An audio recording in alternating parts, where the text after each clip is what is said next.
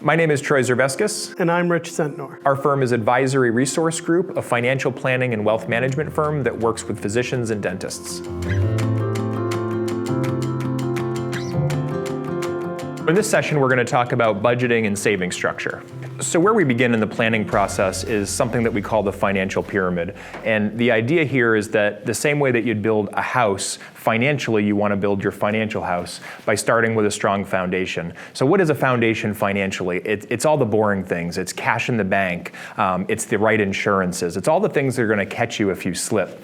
And then moving up from there, we get into the more fun things, mutual funds and Roth IRAs and investments and such. At the very top are the most speculative things like individual stocks or investing in a friend's business, something of that nature. But the idea is that if we don't have a strong enough foundation and something happens, then we're going to have to rob from the top, and if whatever it is bad enough, the whole thing could fall over. So for most people, at the earlier stages, coming out of residency or dental school, we're really focusing oftentimes just on that bottom layer, that foundational piece, and it's not for a very long time before we're even getting into some of those other sort of higher layers on that pyramid. Yeah, and as Troy mentioned, it's the very unsexy, simple things that we're talking about: emergency reserves, cash funds on hand, making sure that your insurance coverages are where they need to be.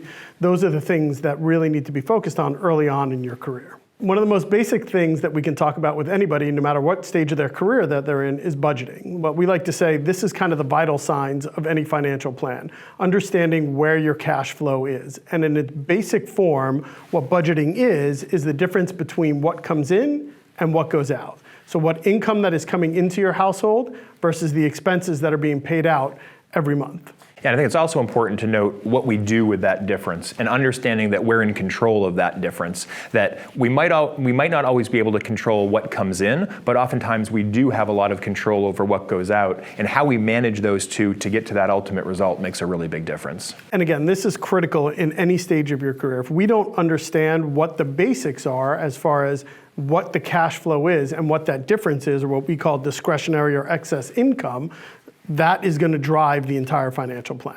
I think when it comes to budgeting, there are a lot of negative connotations, right? When we sit in front of a large audience and we ask everyone, hey, who's operating off of a budget here? And who successfully feels like they're operating on a budget? We generally get a few hands, right? And so really we want to reduce that and almost reduce the anxiety a little bit as well, to say what budgeting really means to us is it's how we manage what comes in minus what goes out, and then what we do with the difference. We don't always have a lot of control over what comes in, but we do often have a lot of control over what goes out. And it's how we manage that difference that's really going to allow us to be an active participant in our progress. Absolutely. And to use an analogy for the medical field, this is really the vital signs of any financial plan. It's the basics that we have to get down before we can really move forward and understand what that financial plan is going to look like. So it's time to begin a budget. What do? The first step is really to open up a spreadsheet or grab a yellow pad and start writing down your goals. What do you want to do? Where do you want to be? Are you going to buy a car? Are you going to live in a house, buy a house, or rent an apartment? Really important to understand the big picture of where it is you're trying to go. Yeah, and all of your short-term, long-term goals. What do you want to accomplish now? What do you want to accomplish in the future? What are you actually doing this budget for? What's the ultimate goal of why you're trying to do this, and figure out what your cash flow is? The next step is then understanding your liabilities and expenses. So that becomes a really big component into understanding what your overall monthly cash flow is going to look like. So that will certainly lend itself to the decisions that you make with your student loan repayments and the programs that you utilize, which please look at other sessions that we've created that speak specifically about those. But at the end of the day, those decisions will have an impact on what happens with the overall cash flow. Yeah, and once you have that done, we go into something called trial budgeting. And that's basically taking all of the information that you've put together, all of your expenses, and running different scenarios. What happens if I rent a one-bedroom apartment by myself versus have a roommate? How is that going to impact ultimately what the bottom line is and what I have left over every month to be able to do the other things that are going to allow me to accomplish those goals that I've set forth? Yeah, and trial budgeting is an iterative process, meaning that you'll do it once and then you'll change a variable, as Rich mentioned, and and then you'll do it again, and then you'll ultimately change multiple variables until you get that result that you're looking for. The next step is then to take your goals and objectives and to translate those into actual numbers. So if we say that we want to buy a car, well, what will the monthly payment of that car be? If we're going to rent an apartment, what will that monthly rent be? If I have a roommate, it'll be less. If I buy a house, it'll be more. So we want to begin to come up with what those actual numbers are. And those expenses are really going to fall into one of two categories. You're going to have your fixed monthly expenses, which are going to basically be those constant expenses that happen every month. And there isn't really much flexibility with that on a monthly basis. And then you're going to have your variable expenses, which is how much you go out to eat, how much you go to spend on things that are more of a luxury item, and that's ultimately going to determine what's left over for your discretionary income. So now here's the fun part. We've crunched the numbers in terms of our goals and objectives and what's important to us, and now we get to see how we did. So here's an example of our friend Chris. Chris's household has $200,000 of income coming into it. That might be by way of Chris's income, but also other contributions from spouse, significant other, someone else in Chris's household. So Chris went through and listed his debt payments, his mortgage, utility expenses, insurance payments, and he has discretionary income of $600. Well, how did he do, Rich? Well, we'll see. $600 a month is okay. At least we're cash flow positive. But this is where we get into the different trial budgets that we have. So Chris went back, he sharpened his pencil and said, okay, well, what can I do a little bit differently that could potentially give me a different result? The debt payment, he looked at the different debt repayment programs. The mortgage, he said, well, maybe I don't need to buy quite as much of a house, or maybe I can change the financing terms a little bit in order to get a different result. Utilities, he sharpened his pencil a little bit there. Entertainment, said I'm going to maybe do a little bit less each month. Purchase a slightly less expensive car, and now his discretionary income is $2,250 a month. What do you think, Rich? A significant difference, right? You're going to be able to do a whole lot more with regard to debt repayment, savings, everything else with $2,200 plus a month versus the $600 a month. And that's really where the trial budgeting comes in. It's all about sharpening your pencil, tightening your belt on the expenses, because as you can see, the top line doesn't change. Your income is what it is. What you have control over is the expenses in your budget. That's right. And what Chris is going to be able to do with discretionary income of $2,200 a month is significantly more than what he's going to be able to do with $600 a month. Absolutely. And it's just taking that step back and recognizing that your decision-making led to that ultimate result, which will then reverberate through to a whole host of other things that you now might choose to do, saving, debt repayment, etc., which we'll talk about in other sessions. And that's why the budgeting is such a critical component and the start of the financial planning process. So a budget is then only as good as the mechanism that we set up in order to track it. And in the 21st century, I think we have some options that are available to us that really make it much easier in order to do that. So the first is a software program, right? There's lots of great programs that will integrate with bank accounts and such to make sure that you have that data front and center. Yeah, and it allows you to be able to do it on an automated basis, right? So that your information is going to be there, whether you go through it every month or not. Even if you let it sit for 3 or 6 months, the data is accumulating and you have what you've spent on any of these different various categories along the time. Next then, there's the internet.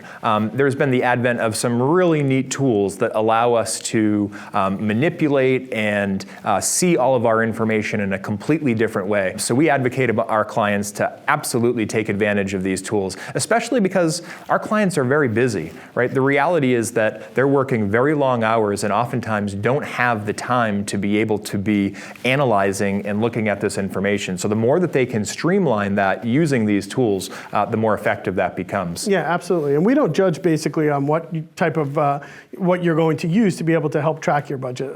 We have some clients that have spouses or so that are engineers, and they come out with these giant logbooks where they're tracking everything down to the penny. And if that works for you, that works. That's great. What we found historically is that those basically are the minority, right? Most people aren't going to do that every month. So anything that you can do to help automate the process as a busy professional to know that that information is going to be there for you is going to be extremely helpful. The next step is to really understand how can you help yourself and how can you make this budget really work for you? And it's a concept that we call pay yourself first. Paying yourself first looks like this. On the right side is you. In the middle, there's a net. We'll come back to that and explain what that means in more detail. And then over on the left side is your paycheck, the money that comes in each month. Down below below, there's a series of buckets, and each of these buckets represents an account type that you might use in order to hold funds in that bucket, given your time horizon and your goals and objectives. So a short-term bucket might be a savings account, a checking account, a money market account. It's a place that you can get to your funds as quickly and as easily as you need to. In stark contrast to a long-term bucket, which is a retirement plan, a 401k at your employer, a Roth IRA, places that you're looking to put money for the long term that you might get great advantages from, but they're not liquid to you. You're not able to get to them today. The middle bucket is sort of an intermediary between the two. It's money that you don't want to have in cash, but you're not necessarily ready to lock up for the long term like retirement. And then the last bucket is debt reduction. That's making payments to something over and above what you need to in order to accelerate the payoff of that liability. So the concept of pay yourself first is that we want to set up a net to ourselves that will automatically direct where our funds go into which of these buckets that makes the most sense given the stage that we're at. So again, earlier we talked about prioritization and starting with a cash reserve. So for most people, if they have let's say $1,000 extra a month discretionary, they might be putting $800 a month into that short-term cash reserve. Once they have that cash reserve, then they might say, okay, well now it's time to start funding my retirement plan, or it's time to start making payments over and above what I need to in order to pay my debt off faster. And then here's the great part. Anything that you let, and I say that word purposefully, anything that you let get through the net is yours to do whatever you choose to do with it. Rich and I make jokes that you can burn it in the backyard. You can go to a casino with it. Exactly. Absolutely. It's yours to do whatever you choose to do with. The idea, again, is that you're an active participant in what you've let get through the net, what's being directed to each of those buckets, and most importantly, you're making progress without having to be a part of any of this, because that net and that direction to those different buckets is online banking, right? So as long as you set these tools up and everything that's coming in has a place and is being directed to a certain area, again, we're going to make progress. And what's magical about this is that at the end of the year, you look back and say, holy moly, I've saved $10,000 and I didn't even think about it or know that I lost it. Yeah, absolutely. And everyone's buckets are going to look different. And really the concept is for a busy professional to set this in place so that it takes care of it for you, so that you're not working at the end of a 24-hour shift and you come home and it's the first of the month